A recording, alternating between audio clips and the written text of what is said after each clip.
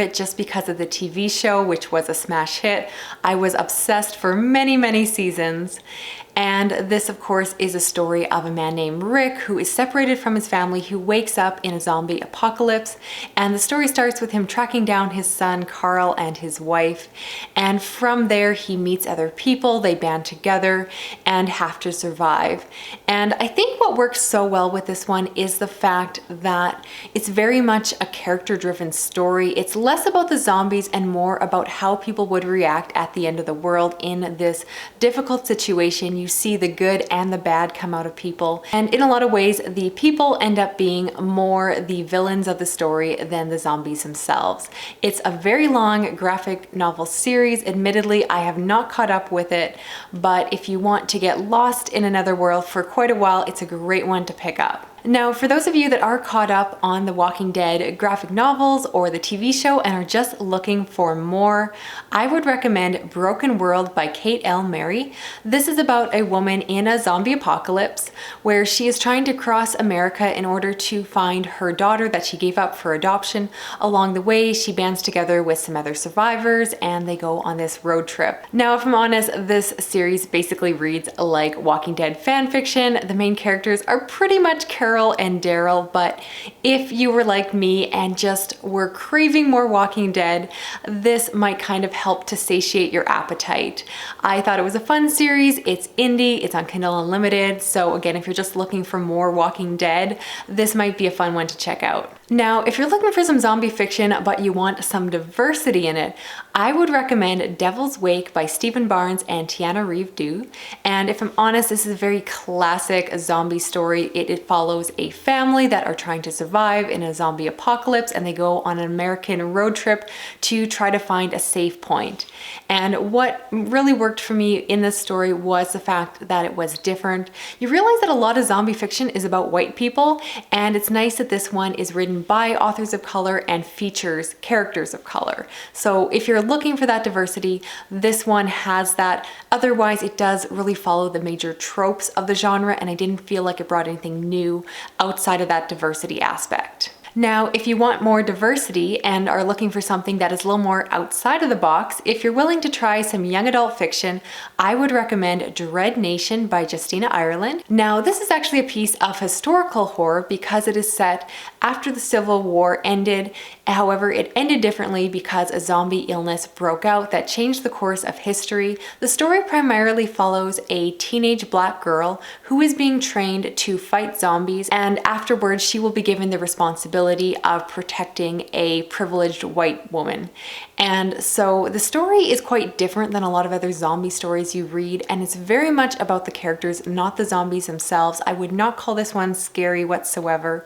Instead, it really shows how class and race have played into American history, and the zombie fiction of the story just gives the author another way to explore those ideas. So I thought this one was very fresh. It was very interesting. Besides featuring, of course, characters of color and being written by an author of color, this one also has some sexual diversity, including some asexual representation, which I did not know was in there, but was a welcome surprise. So if you're looking for some good fiction that is a little bit different, this is a great one to pick up. And while it is classified as young adult, I do feel like it's one of those that really crosses the genre and will appeal to a lot of adult readers like myself. Now, again, if you're looking for something different, I would recommend World War Z by Max Brooks. And this one was very popular a while back, but I don't hear about it as much anymore. This is a great one to read on audio because it is actually an oral history of a zombie apocalypse. So this story takes place after a zombie illness has broken out and humanity has fought back and survived.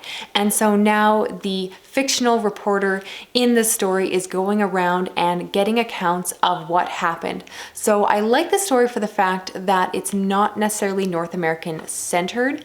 Instead, you get stories from all over the globe, from South America to Japan, Korea, etc. And I felt it was just very interesting to see how the author explored how different people would make different decisions based off of their culture, their politics, etc.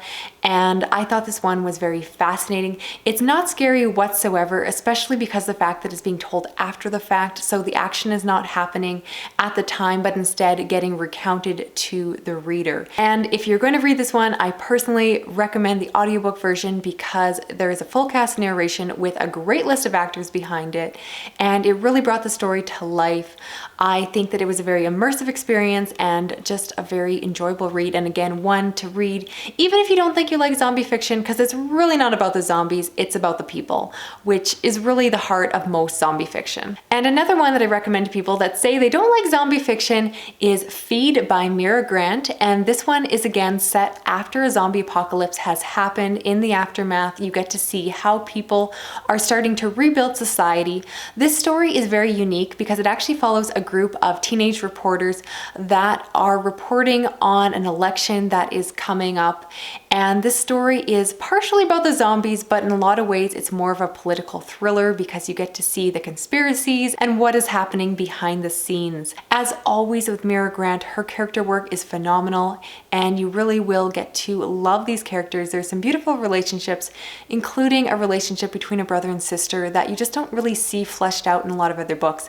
So highly recommend this book, which is the start of a series that I have not read the rest of yet, but I really enjoyed this one and it does work as a standalone. So last but certainly not least, I want to recommend Coldbrook by Tim Lebbon.